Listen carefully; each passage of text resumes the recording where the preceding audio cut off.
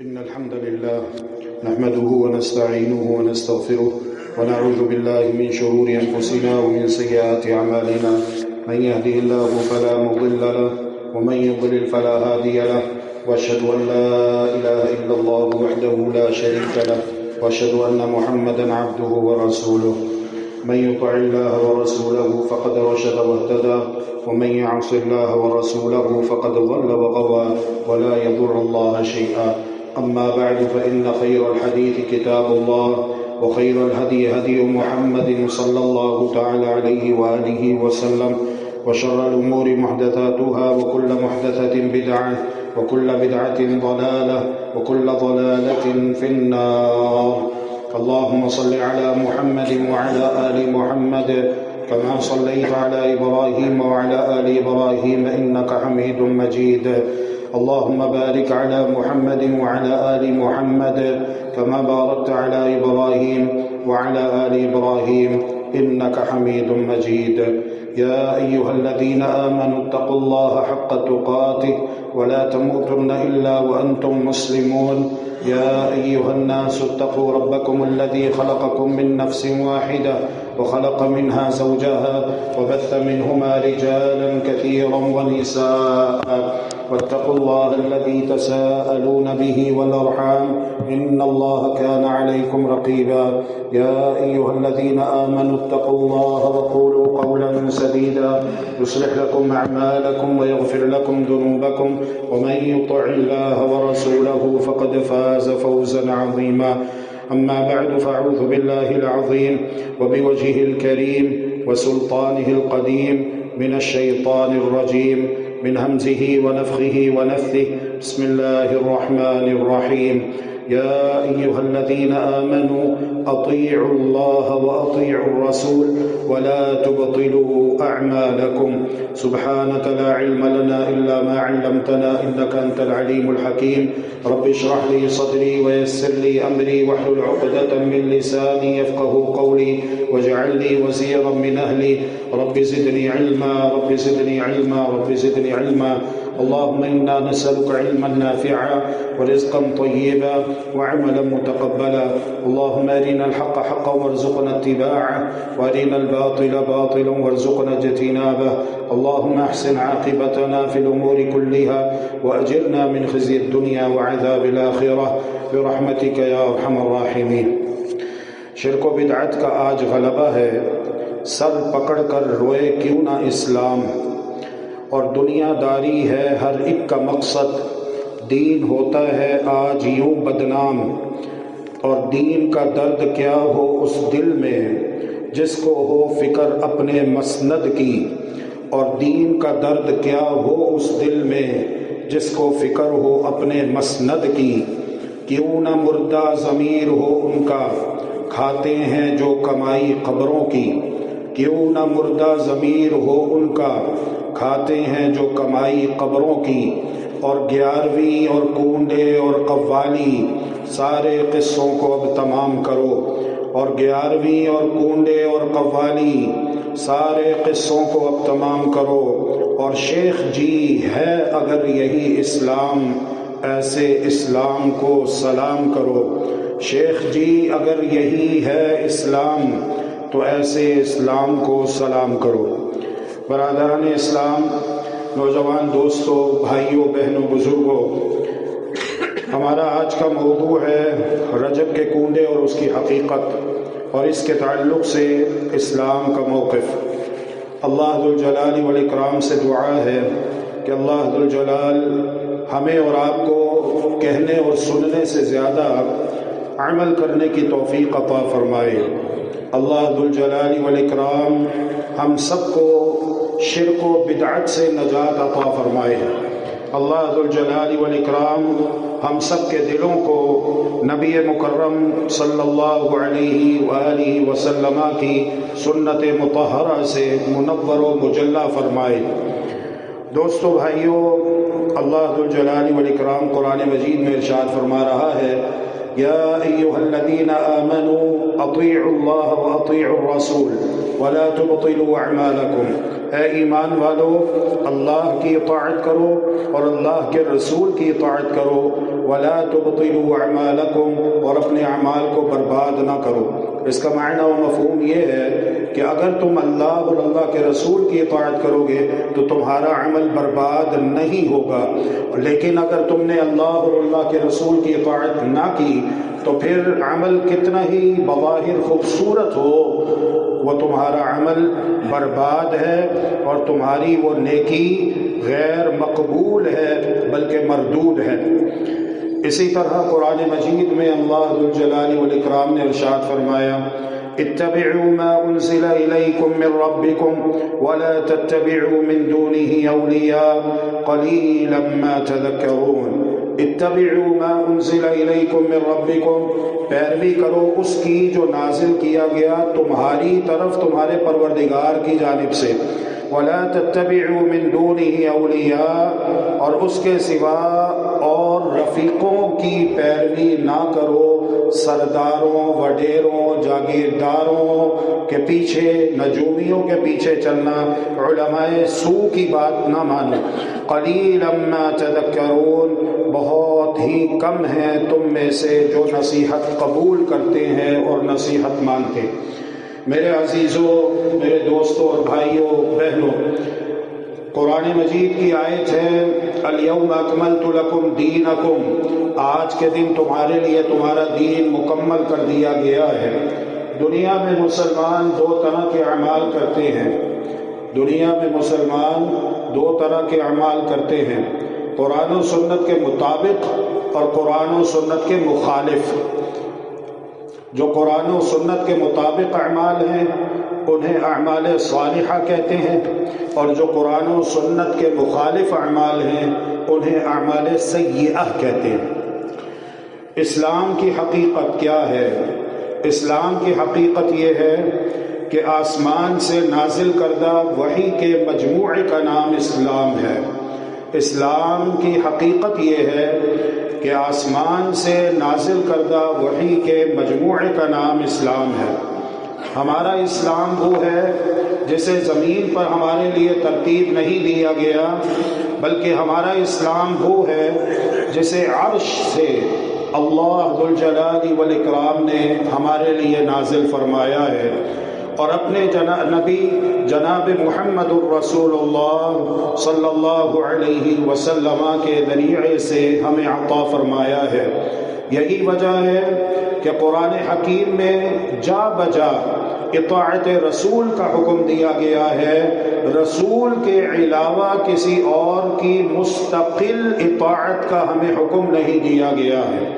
چنانچہ اللہ تبارک و تعالی کا فرمان ذی شان ہے من یطع الرسول فقد اطاع اللہ ومن تولی فما ارسلناک علیہم حفیظا، جس نے رسول کی اطاعت کی تو در حقیقت اس نے اللہ کی اطاعت کی، ومن تولی فما ارسلناک علیہم حفیظا، اور جس نے روگردانی کی تو ہم نے آپ کو ان پر حفیظ نہیں بھیجا۔ قل ان کنتم تحبون اللہ فاتبعونی، اے پیارے پیغمبر آپ کہہ دیجئے اگر تم واقعی اللہ سے محبت کرنے والے ہو تو میری اتباع کرو۔ یحببکم اللہ ویغفر لکم ذنوبکم، اللہ تم سے محبت کرے گا اور تمہارے گناہ بخش دے گا۔ واللہ غفور الرحیم، اللہ رب العالمین تو ہے ہی غفور الرحیم۔ یہ مقام صرف محمد الرسول اللہ صلی اللہ علیہ وآلہ وسلم کا ہے کہ اللہ ذو الجلال والاکرام نے ارشاد فرمایا قل ان کنتم تحبون اللہ فاتبعونی، کہہ دیجئے کہ اگر تم اللہ سے محبت کرنے والے ہو تو میری اتباع کرو۔ یحببکم اللہ ویغفر لکم ذنوبکم واللہ غفور الرحیم۔ یہ مقام محمد الرسول اللہ صلی اللہ علیہ وسلم کے سوا کسی کے لیے بیان نہیں کیا گیا کہ اس کے بارے اللہ ذو الجلال والاکرام نے کہا ہو کہ تم اس کی بات مان لو میں تم سے محبت کروں گا اور تمہارے گناہ بخش دوں گا۔ نہیں، یہ مقام صرف محمد الرسول اللہ صلی اللہ علیہ وآلہ وسلم کا ہے۔ کسی کے بارے نہیں کہا گیا کہ فلاں کو مان لو جنت میں چلے جاؤ گے، سوائے محمد الرسول اللہ صلی اللہ علیہ وآلہ وسلم کے۔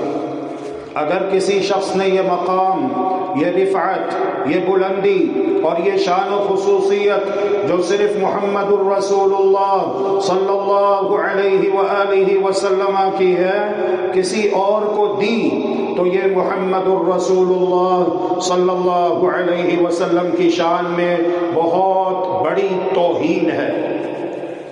کیوں؟ اس لیے کہ جو مقام اللہ ذو الجلال والاکرام نے ہمارے نبی کو عطا کیا ہے، نبی مکرم صلی اللہ علیہ وآلہ وسلم کے بعد قیامت تک کوئی اور اس مقام پر فائز نہیں ہو سکتا۔ محمد الرسول اللہ صلی اللہ علیہ وآلہ وسلم ارشاد فرماتے ہیں، کل امتی يدخلون الجنت الا من ابا، میری ساری امت جنت میں جائے گی سوائے اس کے جس نے جنت میں جانے سے انکار کر دیا۔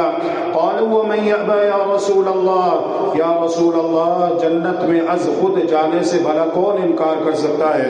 فرمایا من اطاعنی دخل الجنہ ومن عصانی فقد ابا، جس نے میری اطاعت کی وہ جنت میں داخل ہو چکا اور جس نے میری نافرمانی کی اس نے انکار کر دیا۔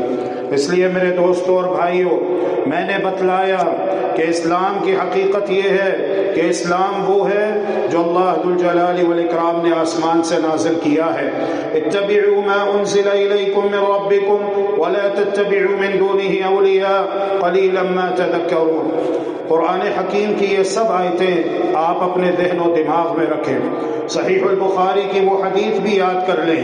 رسول اللہ صلی اللہ علیہ وآلہ وسلم نے ارشاد فرمایا، من احدث فی امرنا هذا ما ليس منه فهو رد، من عمل عملا ليس عليه امرنا فهو رد، جس کسی نے بھی کوئی ایسا عمل کیا جس کے اوپر ہمارا حکم نہیں تو وہ مردود ہے۔ الیوم اکملت لکم دینکم، یہ بوتل فل ہے، یہ بوتل فل ہے، اس میں مزید پانی کی گنجائش نہیں ہے، جتنا پانی اس میں آ سکتا ہے وہ اس میں بھر دیا گیا ہے، اس میں ایک قطرہ پانی کی گنجائش نہیں، اس میں مزید اضافے کی گنجائش نہیں۔ اسی طرح یہ دین اسلام مکمل ہے، کامل ہے، یہی آخری دین ہے۔ محمد الرسول اللہ صلی اللہ علیہ وآلہ وسلم اللہ کے آخری نبی ہیں۔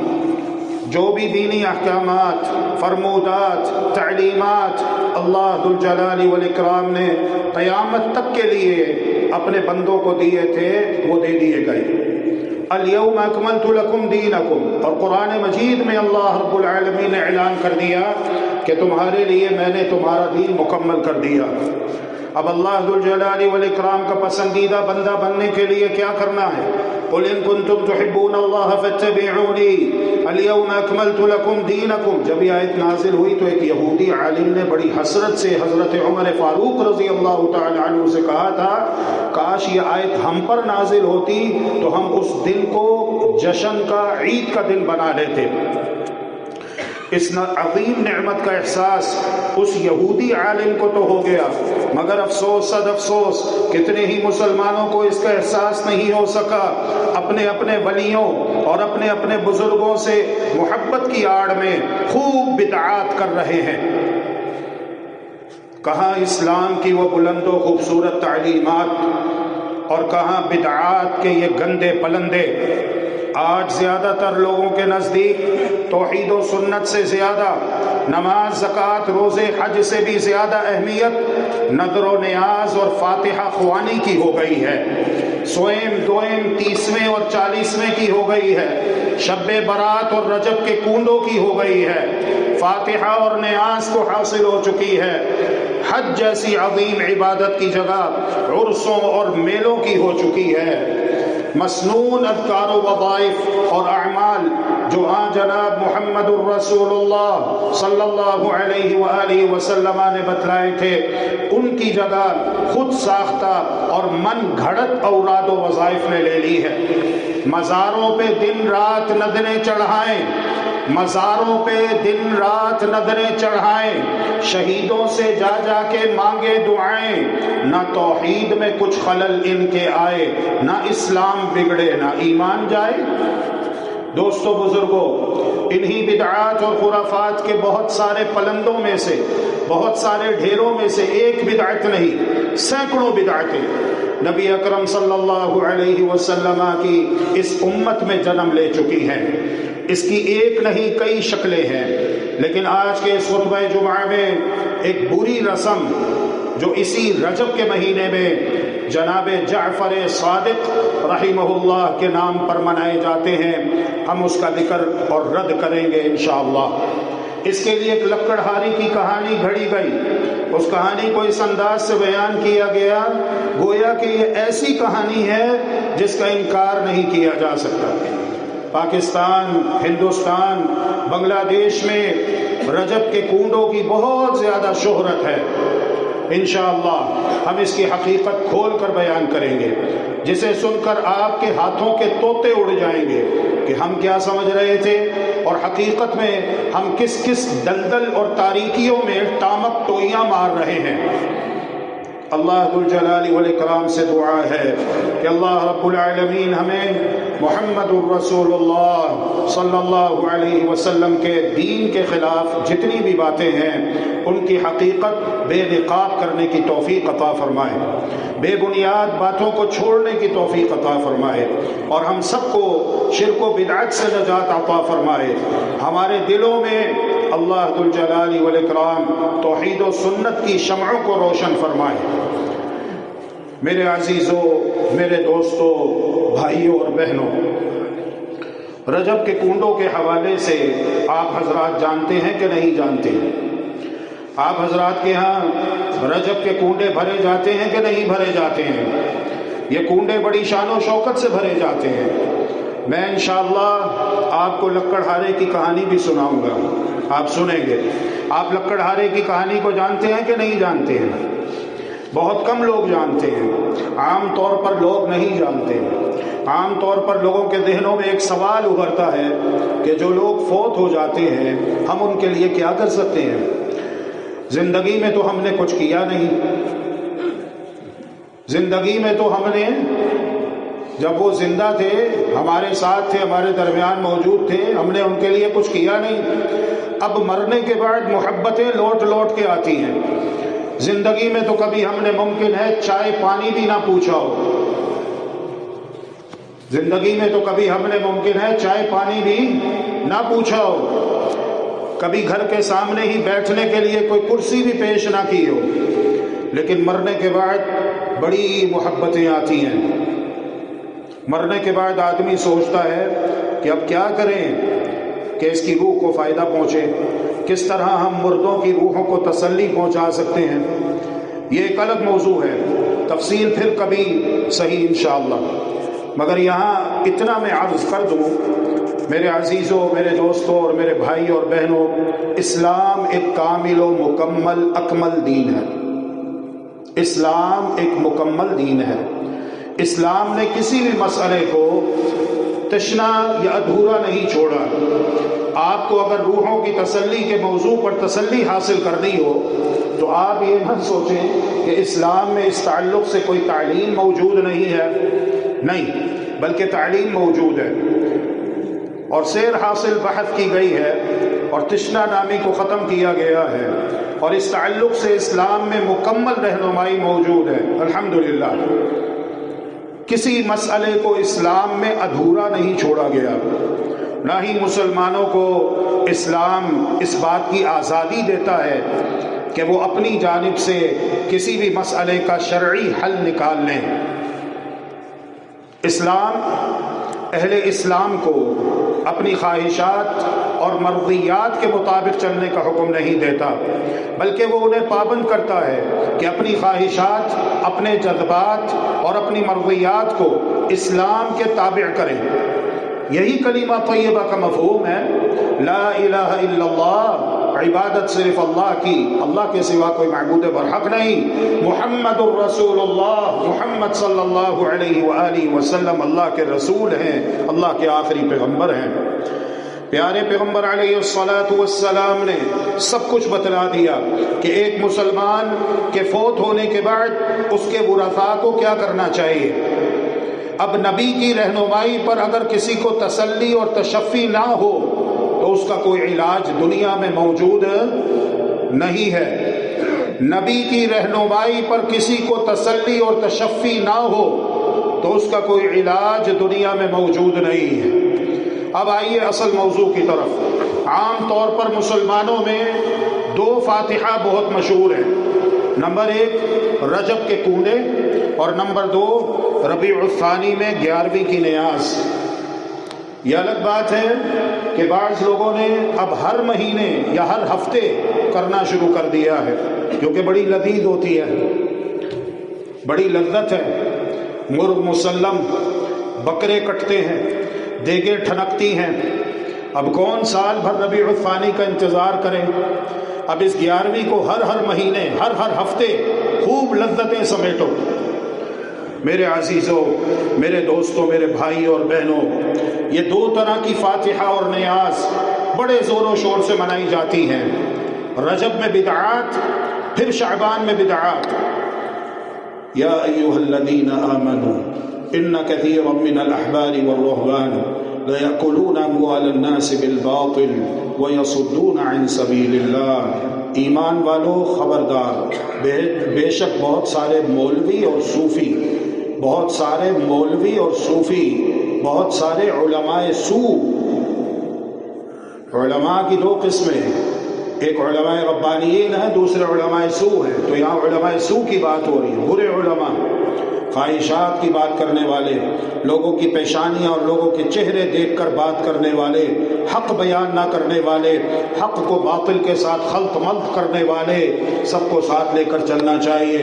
کوئی ناراض نہ ہو جائے، جو جہاں لگا ہوا ہے سب ٹھیک ہے، کسی کو چھیڑو نہیں، اپنا چھوڑو نہیں۔ فرمائے اس قسم کے جو مولوی اور صوفی ہیں، اس قسم کے جو علماء اور احبار اور رہبان ہیں، لَيَأْكُلُونَ أَمْوَالَ النَّاسِ بِالْبَاطِلِ وَيَصُدُّونَ عَنْ سَبِيلِ اللَّهِ، باطل طریقے سے لوگوں کا مال بٹور کر اپنے بینک بیلنس بڑھاتے ہیں، اپنی جیبیں بھرتے ہیں اور لوگوں کا مال باطل طریقے سے کھاتے ہیں۔ وَيَصُدُّونَ عَنْ سَبِيلِ اللَّهِ، اور اللہ کے راستے سے، اللہ کے اصل دین سے، خالص دین سے، قرآن اور حدیث سے لوگوں کو روکتے ہیں، منع کرتے ہیں، اس سے دور کر دیتے ہیں۔ ان سے خبردار رہو، ان سے ہوشیار رہو۔ یہ کس کا فرمان ہے؟ یہ اللہ رب العالمین کا فرمان ہے۔ ابتدائے اسلام سے تاریخی تسلسل کے ساتھ جوڑ کر رجب کے کوندے کی حقیقت بتاتے ہیں آپ کو انشاءاللہ۔ اسلام کی شان و شوکت دیکھ کر بہت سارے عجمیوں نے اسلام قبول کیا۔ ان اسلام قبول کرنے والوں میں دو طرح کے لوگ تھے، ایک وہ جنہوں نے سچے دل سے اسلام قبول کیا، دوسرے وہ تھے جنہوں نے خوف یا لالچ سے اسلام قبول کیا۔ یہی وجہ ہے کہ وہ اسلام قبول کرنے کے باوجود اپنے باطل افکار و نظریات پر ڈٹے رہے۔ ان کا دل مسلمان نہیں ہوا تھا، صرف انہوں نے زبان سے ظاہری طور پر اسلام قبول کرنے کا ڈھونگ رچایا تھا، اور ان کے دل میں انتقام اور بدلے کی بھاونائیں بھڑک رہی تھی، انتقام کے لاوے پھوٹ رہے تھے، ابل رہے تھے۔ زبانی طور پر بظاہر مسلمان ہوئے تھے، لیکن انتقام کی آگ ان کے سینوں میں بھڑک رہی تھی۔ بظاہر مسلمان، بباطن اسلام دشمن۔ ان چند نو مسلموں کے قائد اور رہنما اور لیڈر کا نام ہے عبداللہ بن سبأ۔ عبداللہ بن سبأ، سبأ کا بیٹا عبداللہ۔ یاد رکھنا، جس طرح سب سے پہلے قتل کرنے والے کا نام آپ کو یاد ہونا چاہیے، دو بھائی تھے قابیل اور حابیل، جس کے نام کے شروع میں قاف ہے وہی قاتل ہے۔ کبھی حابیل کو نہ سمجھ لینا، حابیل بڑے نیک انسان تھے، بلکہ قاتل وہی ہے جس کے نام کے شروع میں قاف ہے، قابیل۔ عبداللہ بن سبأ وہ ہے جس نے سیدنا عثمان رضی اللہ تعالی عنہ کے دور میں آ کر پہلے جناب عثمان بن عفان رضی اللہ عنہ کے ہاتھ پر بیعت کی، اسلام قبول کیا، پھر صحابہ کرام کے درمیان رہنے لگا۔ آپ جانتے ہیں کہ نیکوں کے درمیان شیطان بھی رہے گا تو کیسے رہے گا؟ شیطان ہی بن کر رہے گا نا۔ روزے داروں میں اگر دو بے روزے دار داخل ہو جائیں تو پتہ چلتا ہے کہ روزے دار کون ہے، بلکہ بے روزے دار کا روزے داروں سے بھی زیادہ خطرناک منہ بنا رہتا ہے بیچارے کا۔ ہاں، ایسا مسکین بنا رہتا ہے کہ شاید 2-3 دن سے کھانا نہ کھایا ہو، حالانکہ پیٹ بھر کر کھانا کھا کر آ رہا ہے گھر سے۔ تو ایسے ہی ہے جن کے دلوں میں نفاق ہوتا ہے، جو دھوکہ دینا چاہتے ہیں، وہ کہیں زیادہ تقوی، طہارت کا اور کہیں زیادہ اسلام سے الفت اور محبت کا ڈھونگ رچاتے ہیں، مظاہرہ کرتے ہیں۔ اور صحابہ کرام کے دور میں تو ظاہر ہے، اب سوچیں وہ صحابہ کا شاگرد، صحابہ کے درمیان رہنے والا، صحابہ کرام سے تعلیم حاصل کرنے والا عبداللہ بن سبا اور سیدنا عثمان بن عفان رضی اللہ عنہ کے ہاتھ پر اسلام قبول کرنے والا عبداللہ بن سبا، نام کتنا پیارا ہے۔ محمد الرسول اللہ صلی اللہ علیہ وسلم ارشاد فرماتے ہیں، احب الاسماء الی اللہ عبد اللہ و عبد الرحمن، اللہ کو جو نام سب سے زیادہ پسند ہے وہ عبداللہ اور عبد الرحمن ہے۔ لیکن تھا یہودی، خالص پکا یہودی تھا، اور آیا کس نیت سے تھا؟ مسلمانوں کی صفوں میں داخل ہو کر مسلمانوں کے ایمان اور عقیدے کو کھوکھلا کر دیں۔ کیوں؟ اس لیے کہ اب تلواروں سے ان کا مقابلہ کرنے کے لائق ہم نہیں رہے، لہذا ان میں بد عقیدگیاں پھیلا کر انہیں صحیح اسلامی عقیدے سے اور اصل ایمان سے محروم کر دو، تاکہ جس طرح ہم اللہ کی رحمتوں سے دھتکار دیے گئے، لعنتوں کے مستحق ٹھہرے، ایسے ہی یہ مسلمان بھی برباد ہو جائیں اور ہم ان کے اوپر قبضہ کر لیں۔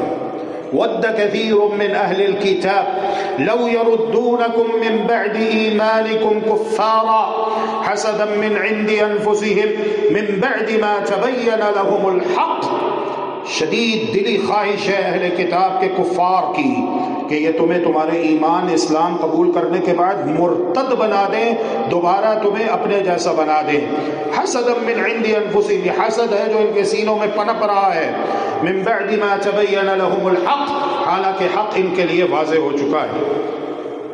جب تک ایمان کا کرنٹ، ایمان کی بجلی ان کے سینوں میں رہے گی، ان کو ہاتھ لگائیں گے تو یہ کرنٹ ماریں گے، شارٹ ماریں گے۔ اسی لیے ان سے ایمان چھین لو، عقیدہ توحید چھین لو، شکوک و شبہات پیدا کر دو، بد عقیدگیاں ان کے درمیان پھیلا دو، اتباع سنت سے انہیں محروم کر دو، عقیدہ آخرت ان سے چھین لو، تاکہ یہ ہمارے لیے تر نوالا بن جائیں۔ نماز بھی ہے، روزہ بھی ہے، لیکن لہو میں وہ جوش باقی نہیں ہے۔ اللہ اکبر۔ اللہ کے بندو، اس گفتگو کو محبت سے سنو اور یہ عزم کر کے یہاں سے اٹھو کہ ہم جئیں گے تو قرآن و حدیث پر اور مریں گے تو قرآن و حدیث پر انشاءاللہ۔ ایک ہاتھ میں اللہ کا قرآن اور دوسرے ہاتھ میں محمد الرسول اللہ صلی اللہ علیہ وآلہ وسلم کا فرمان، اور عملی طور پر دنیا کے سامنے نمونہ پیش کریں گے جو محمد الرسول اللہ صلی اللہ علیہ وسلم نے ہمیں بتلایا۔ بدعات، خرافات، شرکیات، اندھی تقلید اور شخصیت پرستی سے توبہ کرتے ہیں۔ کامیابی اور نجات کے لیے ساری غلامیوں کو چھوڑ کر ایک اللہ کا غلام بننا پڑے گا، اس عورت کی طرح نہیں جو اپنے خاوند کے گھر کی زینت بھی بنے اور پڑوسی میں کسی اور کے گھر کی زینت بھی بنے۔ سوچئے، کیا آپ کو ایسی بیوی برداشت ہے؟ جب آپ کو ایسی بیوی برداشت نہیں تو اللہ ذو الجلال والاکرام کو ایسے بندے قبول نہیں جو لا الہ الا اللہ محمد الرسول اللہ بھی پڑھیں اور دنیا کی دوسری شخصیات کے پیچھے آنکھیں بند کر کے چلتے چلے جائیں اور اللہ اور اس کے رسول کو چھوڑ دیں۔ شتر بے مہار ان کی ہر علم گلم خرافات اور شرکیات کو قبول کریں. جو بھی اسلام کے نام پہ پگڑی پہن کے عمامہ باندھ کے اور جبے قبے دستار سجا کے آ جائے, جو مرضی کہتا چلا جائے, مولوی کی بات پتھر پہ لکیر ہے, ہم لکیر کے فقیر ہیں, ہم نے نہیں دیکھنا کہ وہ ہمیں کہاں لے کر جا رہا ہے, کس کی طرف بلا رہا ہے, کیا کرنے کا حکم دے رہا ہے, کیا نہیں کہہ رہا, کیا نہیں کر رہا. شتر بے مہار ہر خرافات اور شرکیات کو قبول کریں, ان کے تمام تر فلسفوں اور منطقوں کو ہضم کرتے چلے جائیں. یہ اللہ رب العالمین کو پسند نہیں ہے. یاد رکھو, جس طرح آپ کو دوغلی بیوی پسند نہیں, ایسے ہی اللہ رب العالمین کو ایسے دوغلے مسلمان پسند نہیں ہیں. عبداللہ بن سبا یمن کا رہنے والا تھا, خالص یہودی تھا. یہ 9 مسلموں کی ٹیم کا قائد, لیڈر اور رہنما تھا عبداللہ بن سبا. اس ٹیم کی, اس پورے گروپ کی کوشش یہ رہی کہ کسی طرح مسلمانوں کے عقیدے میں زہر گھول دیا جائے, کسی طرح مسلمانوں کو قرآن و حدیث کی تعلیمات سے اندھا اور بے بہرا کر دیا جائے. چنانچہ ان کی یہ کوشش کامیاب رہی. انہوں نے اپنے فاسد عقیدوں پر اسلام کی چھاپ لگا کر, اسلام کی مہر لگا کر اسے مسلمانوں میں عام کر دیا. یہ چیز ہے تو میڈ ان چائنا, لیکن اس پہ مہر لگائی میڈ ان جاپان لکھ دیا تاکہ مارکیٹ میں زیادہ چلے. تو تھی وہ ان کی پروڈکشن, لیکن انہوں نے اس کے اوپر چھاپ اسلام کی لگائی. مہر کس کی لگائی؟ اسلام کی لگائی, تاکہ اسلام کے نام پر اسے مسلمانوں میں سپلائی کیا جائے. چنانچہ انہوں نے اپنے باطل عقیدوں پر اسلام کی مہر لگا کر اسے مسلمانوں میں عام کر دیا. سیدنا علی حیدر کرار رضی اللہ تعالی عنہ, پیارے حسن حسین رضی اللہ عنہما, اور سیدہ فاطمہ الزہرا صلوات اللہ علیہا سلام اللہ علیہا, اہل بیت اولیاء کرام سے محبت اور بزرگوں سے عقیدت کی آڑ میں بے شمار مشرکانہ عقائد, باطل افکار و نظریات اور رسم و رواج مسلمانوں میں پھیلا دیے. اولیاء کرام کا نام لے کر, بزرگوں کا نام لے کر, بہت بڑے بزرگ ہیں, بہت بڑے بزرگ ہیں, نظر اٹھتی ہے تو بس صحرابی سبزہ زاروں میں تبدیل ہو جاتے ہیں, نظر اٹھتی ہے تو لوح محفوظ پڑھ لیتے ہیں. دائیں طرف سلام پھیرا 1 لاکھ کافر مسلمان, بائیں طرف سلام پھیرا 1 لاکھ حافظ قاری بن گئے. ایسی ایسی کرامتیں اور ایسی ایسی باتیں کہ الامان والحفیظ, بزرگوں کے مقام اور مراتب بیان کیے گئے, ان پر خوشنما عنوانات کا لیبل لگایا گیا, ایسا خوشنما خول چڑھایا, اتنی خوبصورت پیکنگ کی کہ عوام تو عوام, اچھے اچھے لوگوں کو بھی احساس نہ ہو سکا کہ ان دشمنان اسلام نے کس طرح اپنی پرانی ذلت کا انتقام کس نئے نئے ڈھنگ سے لیا ہے, کس کس زاویے اور کس کس گوشے سے مسلمانوں کے اوپر حملہ کیا ہے. چنانچہ ان کا انتقام لینے کا ایک طریقہ یہ ہے کہ وہ اپنا کام مسلمانوں سے لے کر فائدہ سمیٹتے ہیں. کام خود کرتے ہیں, نام مسلمانوں کا استعمال کرتے ہیں. کیوں؟ مسلمانوں کو پیٹنا ہے, مسلمان بڑھ رہے ہیں, مسلمان ترقی کر رہے ہیں. وہی پرانی دشمنیاں جو ہمارے اسلاف نے ان کو ناکو چنے چبوائے تھے, اندلس کے میدانوں میں, قرطبہ غرناطہ میں, افریقہ کے جنگلات میں, مشرق و مغرب کے صحراؤں میں, وہ انتقام یہ اب لے رہے ہیں ہم مسلمانوں سے. اور کب؟ جب ہم بالکل نہتے ہو چکے, ہمارے ہاتھوں سے سب کچھ لٹ گیا, تو انہوں نے مسلمانوں سے اپنے مطلب کے کام کروائے اور عنوان ایسا رکھا کہ مسلمانوں کو بجائے عار اور شرم و حیا کے فخر محسوس ہو, فخریہ طور پر وہ کام کریں. اس کی مثال غزوہ خیبر. پتہ ہے کس مہینے میں ہوا یہ غزوہ؟ غزوہ خیبر کس مہینے میں ہوا ہے؟ کسی کو نہیں معلوم, تمہیں اپنی تاریخ کا بھی نہیں معلوم. اقرأ التاریخ فإن فیہ عبر ضل قوم لا يدرون الخبر. تاریخ پڑھا کرو, اس میں بہت ساری عبرتیں ہیں. وہ قوم کبھی فلاح یاب نہیں ہوتی جو اپنی تاریخ فراموش کر بیٹھتی۔ کتنے مسلمان ہیں لیکن قرآن حکیم اور نبی مکرم صلی اللہ علیہ وسلم کی سیرت کے بارے میں نہیں جانتے۔ غزوہ خیبر کس مہینے میں ہوا ہے؟ نہیں معلوم؟ اچھا یہ بتاؤ سیدنا حسین رضی اللہ عنہ کی شہادت کس مہینے میں ہوئی ہے؟ ہاں سب بولیں گے محرم میں۔ سبحان اللہ، جو حقیقی بات ہے اس کا علم نہیں، اور جو غیر مستند بے بنیاد باتیں ہیں وہ سب کے ذہنوں میں گھول کے پلا دی گئی ہیں۔ سیدنا حسین رضی اللہ عنہ نواسہ رسول کی شہادت بعض روایتوں کے مطابق ماہ صفر میں ہوئی ہے۔ دیکھو مسلمانوں، دشمن نے تمہارے ساتھ کیا کیا؟ اٹھاؤ مسلمانوں تاریخی کتابیں اٹھاؤ، لیکن افسوس تمہیں نبی کی سیرت کا علم نہیں، تو تمہیں سیدنا حسین رضی اللہ عنہ کی شہادت کا کیسے پتہ ہوگا؟ بس جس طرح سے رٹا دیا گیا طوطے کی طرح اس کو تم رٹتے ہو۔ وہ غزوہ خیبر جس میں یہودیوں کی کونچیں کاٹی گئیں، جس میں ان کا سب سے بڑا پہلوان مرحب قتل ہوا، جس کو حیدر کرار سیدنا علی رضی اللہ تعالی عنہ نے ذلیل کیا، جس کے بارے میں آتا ہے کہ اس کا اپنا قلعہ تھا، اور جاؤ کبھی خیبر دیکھو مرحب کا قلعہ۔ الحمدللہ میں وہاں گیا ہوں اور وہ سارے مقامات دیکھ کر آیا ہوں، الحمدللہ۔ اللہ اکبر۔ مرحب کا قلعہ جس کی فصیلوں پر شیر کی طرح وہ چلتا تھا، جس کا مقابلہ بڑے بڑے پہلوان نہ کر سکے، اس کو اللہ رب العزت نے سیدنا علی رضی اللہ تعالی عنہ کے ہاتھوں ذلیل کیا۔ خیبر کے میدان میں ان کا سب سے بڑا رستم مارا گیا۔ کس مہینے میں؟ محرم الحرام کے مہینے میں۔ یہ ان کی سب سے بڑی شکست، سب سے بڑی رسوائی تھی۔ اس سے بڑی ذلت کا تماشا وہ نہیں دیکھ سکتے تھے۔ جنگ قادسیہ، جنگ قادسیہ مدائن کس مہینے میں فتح ہوئے ہیں؟ مسلمانوں تمہیں یہ بھی معلوم نہیں ہے۔ اور کس کے ہاتھوں اللہ نے فتح دی؟ سیدنا سعد بن ابی وقاص رضی اللہ تعالی عنہ کے ہاتھوں۔ کس مہینے میں قادسیہ کی جنگ ہوئی؟ محرم میں۔ جنگ قادسیہ کے اندر کس کو مارا گیا؟ یہودی کمانڈر رستم کو۔ رستم کا نام سنا ہے؟ بعض لوگ اپنے بچوں کے نام رکھتے، رستم زماں۔ کیا نام رکھتے ہیں؟ رستم۔ یہ کون تھا؟ یہ کافر تھا۔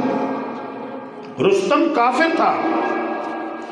قادسیہ کی جنگ میں مدائن کے اندر اس کو شکست ہوئی اور مسلمانوں نے دشمنوں کے چھکے چھڑائے۔ الحمدللہ پرچم اسلام غالب رہا۔ مہینہ کون سا تھا؟ یہی محرم کا مہینہ تھا۔ نبی کریم صلی اللہ علیہ وسلم کی سیرت دیکھو۔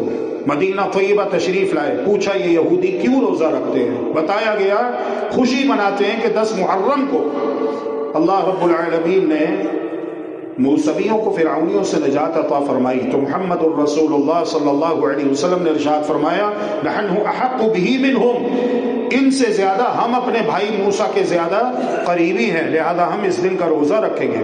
یہودیوں کو غلامی کی زنجیروں میں جکڑا گیا، یہودیوں کو غلامی کی زنجیروں میں جکڑا گیا، مسلمانوں کو خوشی ہوئی۔ وَيَشْفِ صُدُورَ قَوْمٍ مُؤْمِنِينَ، اللہ تعالی مؤمنین کے سینوں کو ٹھنڈا کرتا ہے۔ مسلمانوں کو خوشی نصیب ہوئی محرم کے مہینے میں، لیکن یہودیوں نے سازش کر کے محرم کے خوشیوں والے مہینے کو غم میں تبدیل کر دیا۔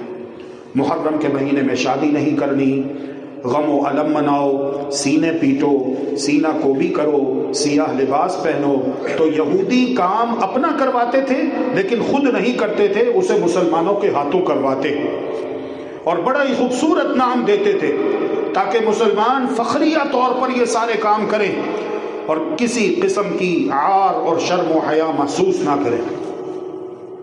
حقیقت میں یہ مہینہ یہودیوں کی ذلتوں کا مہینہ ہے، یہودیوں کے غموں کا مہینہ ہے، جس میں ان کا بڑا پہلوان مرحب مارا گیا، خیبر میں انہیں ذلیل کیا گیا، خیبر فتح کیا گیا، ان کی جاگیریں لی گئی، انہیں جلا وطن کیا گیا۔ اسی طرح قادسیہ میں رستم زماں کو مارا گیا، کس مہینے میں؟ محرم کے مہینے میں۔ تو یہ مہینہ یہودیوں کے لیے غم و الم کا مہینہ ہے۔ انہوں نے بڑی سازش سے اس مہینے کو مسلمانوں کے درمیان غم و علم کا مہینہ بنا کر رواج دے دیا۔ ہم روئیں، ہم پیٹیں اور مسلمان خوش ہوں، ہم یہ نہیں ہونے دیں گے۔ آج دیکھ لیجئے صورتحال آپ کے سامنے ہے، پھر سوچیں نواسہ رسول کی شہادت سے پہلے اسلام میں کتنی شہادتیں ہوئی ہیں، نواسہ رسول کی شہادت سے پہلے اسلام میں کتنی شہادتیں ہوئی۔ باپ بڑا یا بیٹا؟ داماد رسول سیدنا علی رضی اللہ تعالی عنہ کی شہادت کب ہوئی؟ داماد رسول سیدنا حسین رضی اللہ عنہ کے خالو سیدنا عثمان بن عفان رضی اللہ عنہ کی شہادت، سیدنا عثمان رضی اللہ عنہ کا مقام بلند ہے یا نواسہ رسول سیدنا حسین کا؟ نہیں معلوم۔ علم حاصل کرو، علم حاصل کرو، علم نور ہے۔ مسلمانوں، تم نے روٹیاں کمانے کے لیے علم حاصل کیا، آخرت کمانے کا علم حاصل کرو۔ طلب العلم فریضۃ علی کل مسلم، علم حاصل کرنا ہر مسلمان کے اوپر فرض ہے۔ غزوہ احد میں 70 صحابہ شہید ہوئے۔ غزوہ احد کب ہوا؟ کیا پیارے پیغمبر علیہ الصلوۃ والسلام نے اس مہینے کو غم و الم کا مہینہ قرار دے کر اس میں رونے پیٹنے کا حکم دیا؟ ہرگز نہیں۔ افسوس کی بات ہے، یعلمون ظاہرا من الحیات الدنیا وهم عن الآخرة هم غافلون۔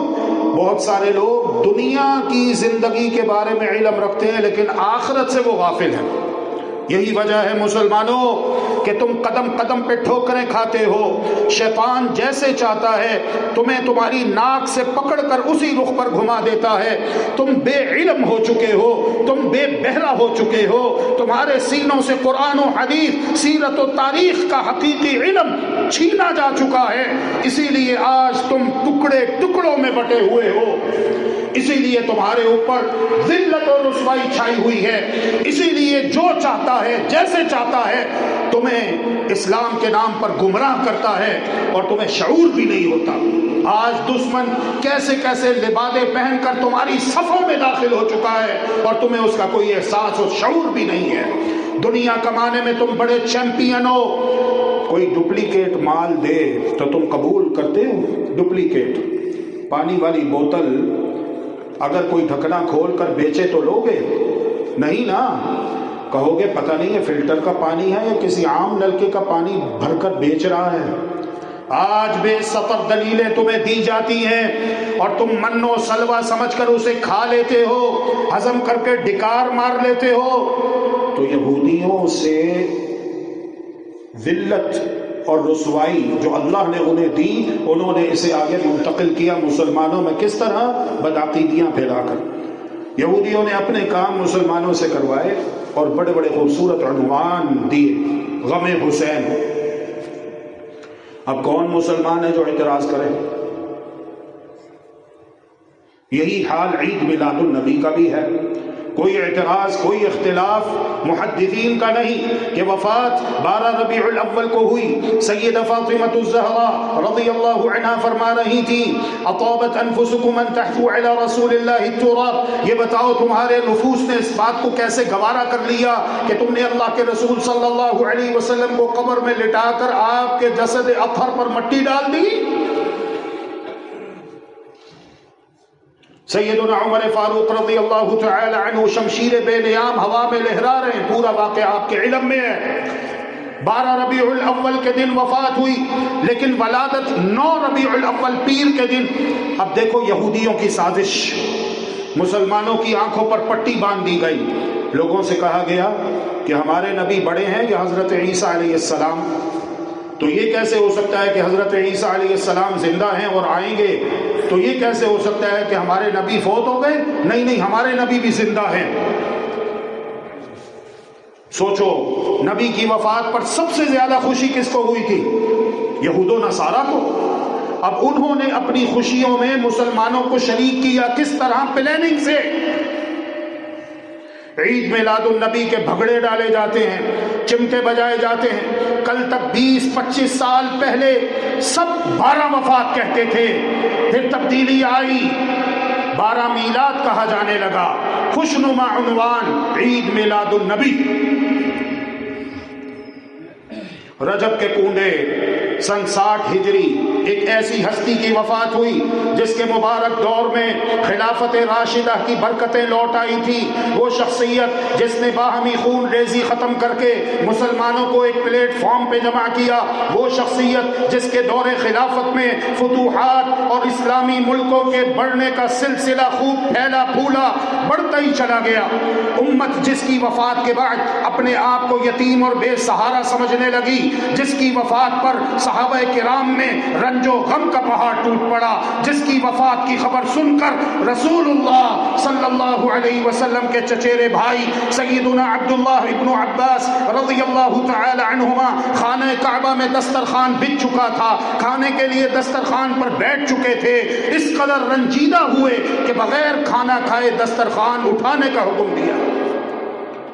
میرے بھائیوں، میرے عزیزوں، وہ شخصیت جس نے بلا شرکت غیر اپنی حکومت اسلامیہ کو قائم رکھا، وہ عظیم شخصیت مسلمانوں کی کون سی شخصیت تھی؟ وہ عظیم شخصیت جس نے پورے 20 برس بلا شرکت غیر پورے عالم اسلام کو ترقی کی راہوں پر گامزن کیا، وہ عظیم شخصیت تھی کاتب وحی سیدنا ام حبیبہ رضی اللہ تعالی عنہا، زوجہ رسول کے حقیقی بھائی سیدنا امیر معاویہ رضی اللہ تعالی عنہ کی شخصیت۔ کب انتقال ہوا؟ سن 60 ہجری میں رجب کی 22 تاریخ کو۔ آج 1400 سال بعد بھی ان کی وفات کا تذکرہ کر کے منہ کا ذائقہ کڑوا ہو جاتا ہے، لیکن کتنے ہی مسلمان 22 رجب کے دن کھیر اور پوڑیاں پکا کر منہ میٹھا کرتے ہیں۔ یہودیوں نے اپنا کام کروایا اور لیبل تمہارا لگوایا کہ جعفر صادق کے نام پر حلوہ کھاؤ۔ سوال یہ ہے کہ اگر امیر معاویہ کی وفات پر کسی بزرگ کے نام پہ منہ میٹھا کرنا ہی تھا تو جناب جعفر صادق کا نام کیوں لیا گیا؟ سوال ہے کہ نہیں؟ جناب جعفر صادق کون تھے؟ سیدنا حسین رضی اللہ عنہ کے پوتے تھے، سیدہ فاطمہ الزہرا رضی اللہ عنہ کے بیٹے سیدنا حسین رضی اللہ عنہ کے پوتے تھے۔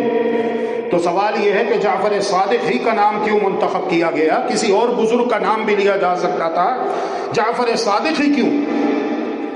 تو اگر فاتحہ ہی کھانی تھی، نیاز ہی کھانی تھی، تو جناب جعفر صادق ہی کا نام کیوں منتخب کیا گیا اور سر فہرست لایا گیا؟ اللہ اکبر۔ میرے دوستو، میرے عزیزو، حقیقت میں جناب جعفر صادق رحمہ اللہ کا رجب کے مہینے سے کوئی تعلق نہیں ہے۔ امام جعفر صادق رحمہ اللہ کی نہ تو ولادت اس رجب کے مہینے میں ہوئی ہے اور نہ وفات رجب کے مہینے میں ہوئی ہے۔ گلشن اسلام اور گلشن ایمان کو کس طرح لوٹا گیا۔ گلشن اقبال اور گلشن لاہور اور نہ جانے کون سی سوسائٹیوں میں رہنے والے مسلمان بھائیوں اور بہنوں، کبھی سوچا گلشن اسلام اور گلشن ایمان کو کس طرح لوٹا گیا؟ کبھی زندوں کے نام کی فاتحہ،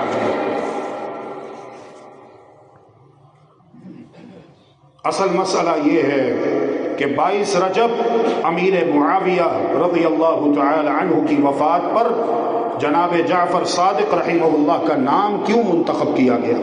زین العابدین کا بھی نام لے سکتے تھے، جعفر صادق ہی کا نام کیوں لیا گیا؟ ایک عقیدہ ہے امامت، یہ روافض کے ہاں ارکان ایمان میں سے ایک رکن ہے۔ جس طرح ہمارے یہاں ارکان اسلام ہے 5، تو ان کے امام جو ہیں وہ پہلے امام ہیں علی، دوسرے حسن، پھر حسین، پھر علی زین العابدین، پھر محمد باقر، اور چھٹے امام ہیں جعفر صادق۔ لیکن جعفر صادق کے بعد اختلاف ہوا۔ ایک گروہ جعفر صادق کے بڑے بیٹے اسماعیل اعرج کو امام مانتا ہے، جن کو اسماعیلی فرقہ کہا جاتا ہے، اور دوسرا گروہ موسیٰ کاظم کو امام مانتا ہے، جن کو امامیہ اثنا عشریہ کہا جاتا ہے۔ تو جب یہ دونوں متفق ہیں جعفر صادق پر، تو اس پر نہ اسماعیلیوں کو کوئی اختلاف، نہ امامیہ اثنا عشریہ کو کوئی اختلاف۔ اب سوال یہ ہے کہ اہل السنہ سنت کی پیروی کرنے والے، ان میں یہ چیزیں اور یہ ساری باتیں کیسے آ گئی؟ رجب کے کنڈے، افواہ پھیلائی گئی، افواہ کہ امام جعفر صادق امام ابو حنیفہ رحمہ اللہ کے استاد ہیں، جبکہ یہ غلط ہے۔ بہرحال افواہ اڑائی کہ جعفر صادق امام ابو حنیفہ کے استاد ہیں، چنانچہ اس افواہ نے احناف کو معتقد بنا دیا جناب جعفر صادق رحمہ اللہ کا۔ تو اس طرح روافض کی دیکھا دیکھی کثیر تعداد میں احناف نے بھی رجب کے کنڈے بھرنے شروع کر دیے، پھر خوشیاں نیازیں، اس طرح اسے گھر گھر پھیلا دیا اور اسے اختیار کر لیا گیا۔ حالانکہ امام جعفر صادق رحمہ اللہ کی پیدائش اور وفات رجب کے مہینے میں نہیں ہے۔ تو ایک سبب تو یہ ہے رجب کے کنڈوں کا کہ روافض سے اہل السنہ میں کیسے پہنچے۔ دوسرا سبب، جب ہندوستان میں مسلمانوں نے قدم جمائے تو ہندوؤں نے کوشش کی کہ مسلمانوں اور ہندوؤں میں محبتیں پیدا ہوں، نفرتیں مٹ جائیں، مل جل کر رہیں۔ لہذا انہوں نے مسلمانوں میں اپنے عقیدے پھیلا دیے تاکہ مل جل کر رہیں، تاکہ فاصلے مٹ جائیں۔ اکبر بادشاہ نے دین الہی اسی غرض سے جاری کیا۔ اکبر بادشاہ کی بیوی جودہ پائی تھی، بادشاہوں نے اپنے تخت و تاج اور پیروں اور صوفیوں نے اپنی گدیوں اور مسندوں کو بچانے کے لیے رواداری، قومی یکجہتی اور پیار محبت کا نعرہ لگایا۔ چنانچہ مسلمانوں کے قدم ہندوستان میں جم تو گئے، مگر وہ اسلام جو مدنی تاجدار محمد الرسول اللہ صلی اللہ علیہ وسلم نے اس دنیا میں بپا کیا تھا، وہ اسلام مسلمانوں کے ہاتھوں سے رخصت ہوا الا ماشاء اللہ۔ اجمیر میں 6 رجب کو عرس ہوا۔ ممبئی میں اخبار میں ہیڈنگ، ابلتی ہوئی دیگ میں کود کر جان دے دی، درگاہ غریب نواز میں المناک واقعات۔ خواجہ معین الدین چشتی کی درگاہ، بادشاہ جہانگیر کی جانب سے جاری کردہ اس دیگ میں بیک وقت 5000 افراد کے لیے کھانا پکایا جا سکتا ہے۔ قوالی، چلو اجمیر چلے والی قوالی، اور وہ عورت جو منت مان کر گئی تھی، بغیر بچے والی تھی، وہ قوالی کہ بچہ لائی، دیگ میں چلا گیا، پھر اسے درگاہ میں لایا گیا، روشنی آئی اور بچہ زندہ ہو کر چلا گیا۔ تو زندہ کرنا تھا تو اس مرد کو بھی کر لیتے تاکہ حقیقت واضح ہو جاتی۔ یہ مسلمان ہیں جنہیں دیکھ کے شرمائے یہود۔ مسلمانوں کے ہاں قوالی، ہندوؤں کے ہاں بھجن گاتے ہیں۔ قوالی، محمد الرسول اللہ صلی اللہ علیہ وسلم ارشاد فرماتے ہیں انما بعثت لیکسر المزامیر، مجھے یہ ڈھول اور میوزک موسیقی کے آلات توڑنے کے لیے بھیجا گیا ہے۔ الغناء ينبت النفاق، اس سے دلوں میں نفاق پیدا ہوتا ہے، اور یہاں تصوف کے نام پر، مذہب کے نام پر گانے بجانے کو فروغ دیا گیا۔ کس چیز کی کمی رہی کہ ہندو مسلمان ہو جائے؟ جو یہاں وہی وہاں۔ لکڑہارے کی کہانی وہ میں آپ کو بھی سناتا ہوں انشاءاللہ۔ اقول قولی هذا واستغفر الله لي ولكم ولسائر المسلمين من كل ذنب فاستغفروه وتوبوا اليه انه هو الغفور الرحيم۔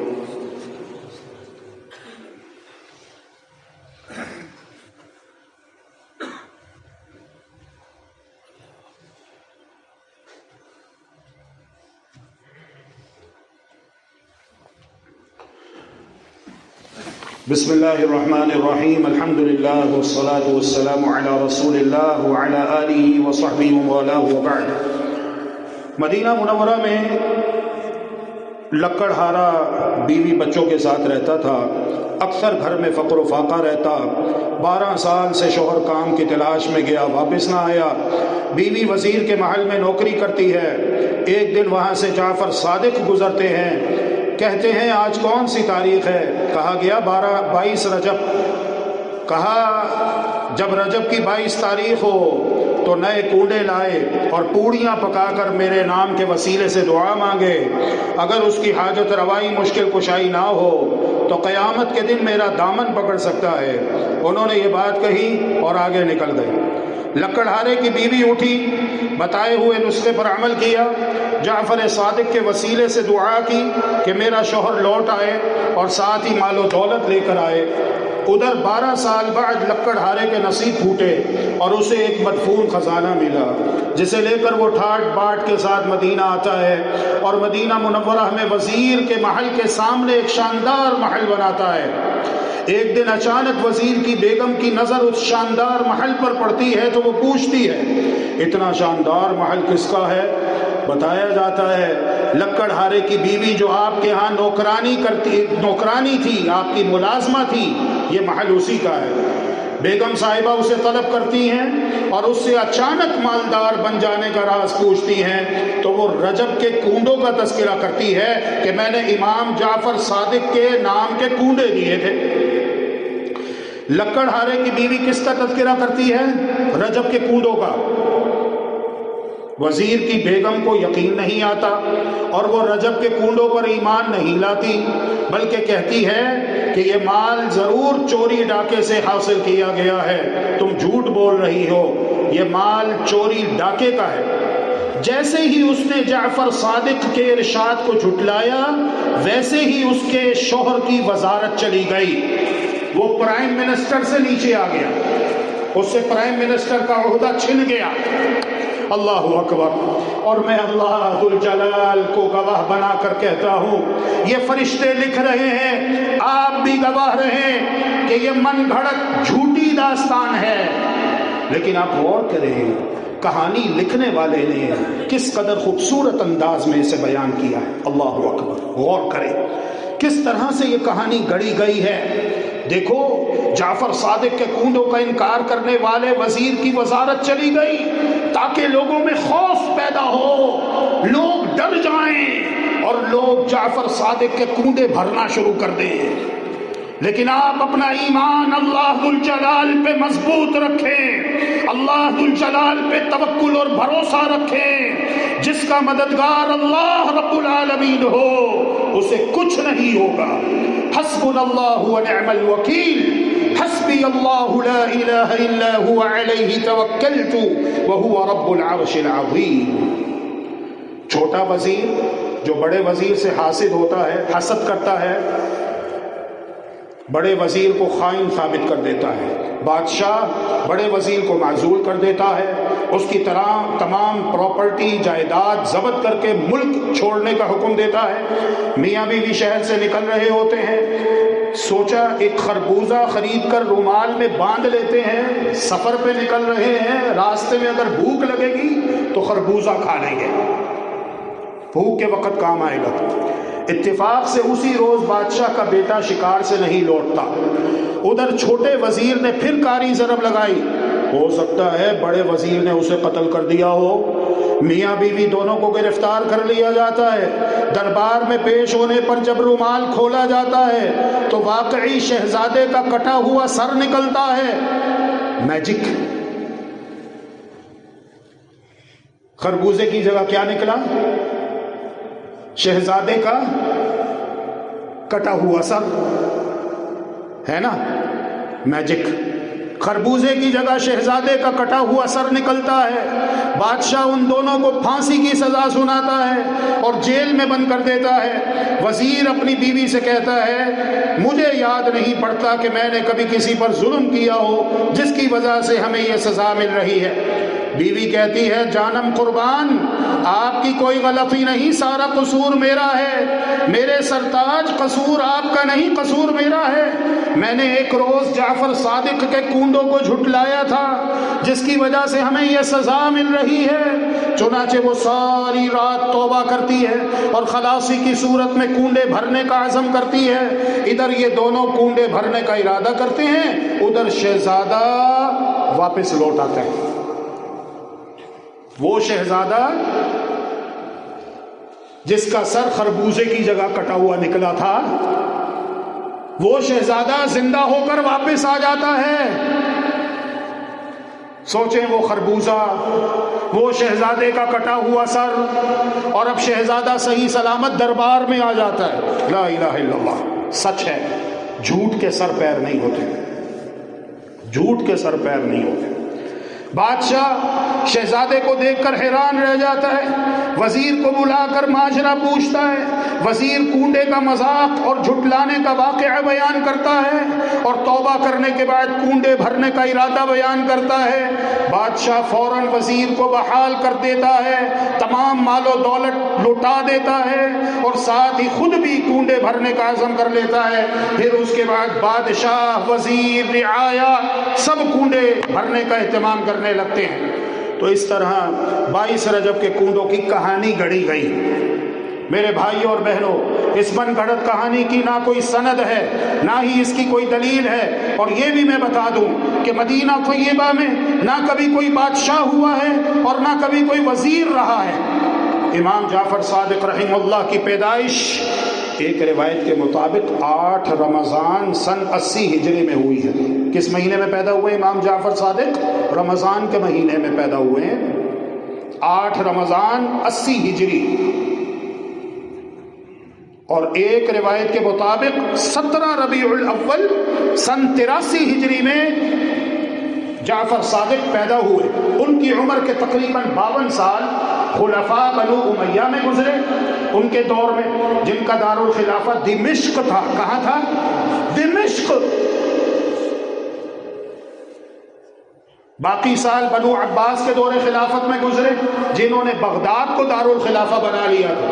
تو معلوم ہوا 22 رجب نہ تو امام جعفر صادق کا یوم پیدائش ہے نہ یوم وفات۔ حقیقت میں اس دن 22 رجب کو کاتب وحی سیدنا امیر معاویہ رضی اللہ عنہ کی وفات پر خوشیاں منانے کے لیے رب حافظ نے مقرر کیا ہے، تاکہ اہل السنہ کو بھی اپنے ساتھ شریک کیا جائے۔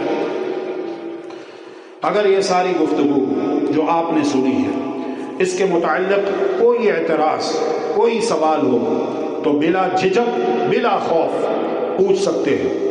اور یاد رکھیے، نذر و نیاز اللہ کے لیے جائز ہے۔ ہاں، خود نہیں کھا سکتے لیکن دوسرے مسلمان کھا سکتے ہیں، اور اللہ کے سوا کسی اور کے نام کی نذر و نیاز شرک ہے، حرام ہے۔ قرآن و حدیث میں اس کے قوی دلائل موجود ہیں۔ اللهم اعز الاسلام والمسلمين واذل الشرك والمشركين ودمر اعداءك اعداء الدين واجعل اللهم هذا البلد امنا مطمئنا سخاء رخاء وسائر بلاد المسلمين. ربنا آتنا في الدنيا حسنة وفي الآخرة حسنة وقنا عذاب النار. رب ارحمهما كما ربياني صغيرا. ربنا هب لنا من ازواجنا وذرياتنا قرة اعين واجعلنا للمتقين اماما. اللهم انا نسألك من الخير كله عاجله وآجله ما علمنا منه وما لم نعلم ونعوذ بك من الشر كله عاجله وآجله ما علمنا منه وما لم نعلم. سبحان ربك رب العزة عما يصفون وسلام على المرسلين والحمد لله رب العالمين.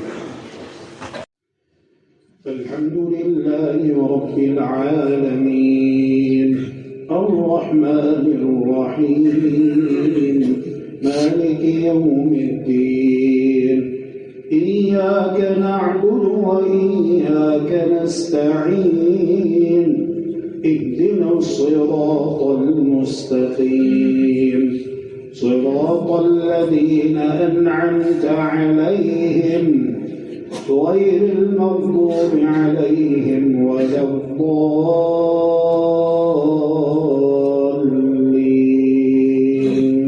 آمين.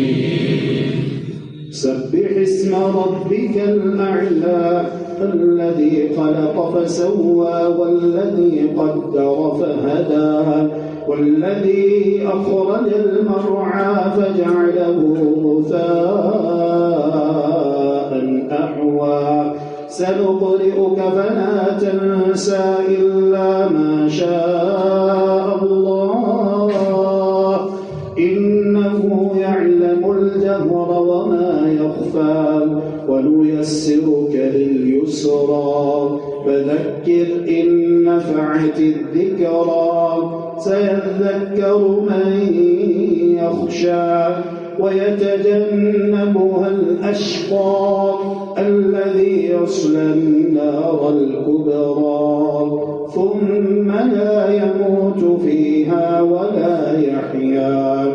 قد أفلح من تزكى وذكر اسم ربه فصلى بل تؤثرون الحياة الدنيا والآخرة خير وأبقى. إن هذا لفي الصحف الأولى صحف إبراهيم وموسى. الحمد لله رب العالمين الرحمن الرحيم مالك يوم الدين إياك نعبد وإياك نستعين اهدنا الصراط المستقيم صراط الذين أنعمت عليهم غير المغضوب عليهم ولا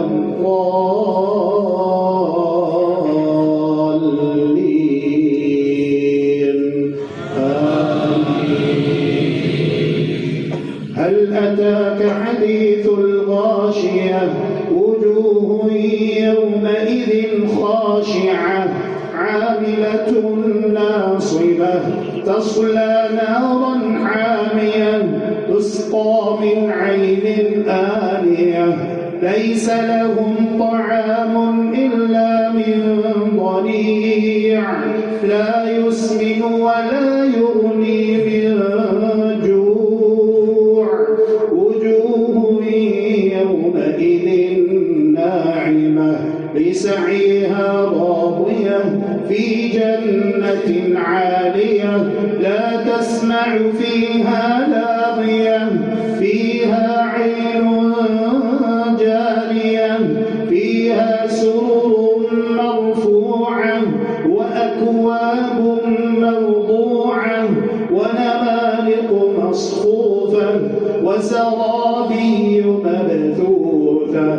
أفلا ينظرون إلى الإبل كيف خلقت وإلى السماء كيف رفعت وإلى الجبال كيف نصبت وإلى الأرض كيف سطحت. فذكر إنما أنت مذكر لست عليهم بمسيطر إلا من تولى وكفر فيعذبه الله العذاب الأكبر. إن إلينا إيابهم ثم إن علينا حسابهم.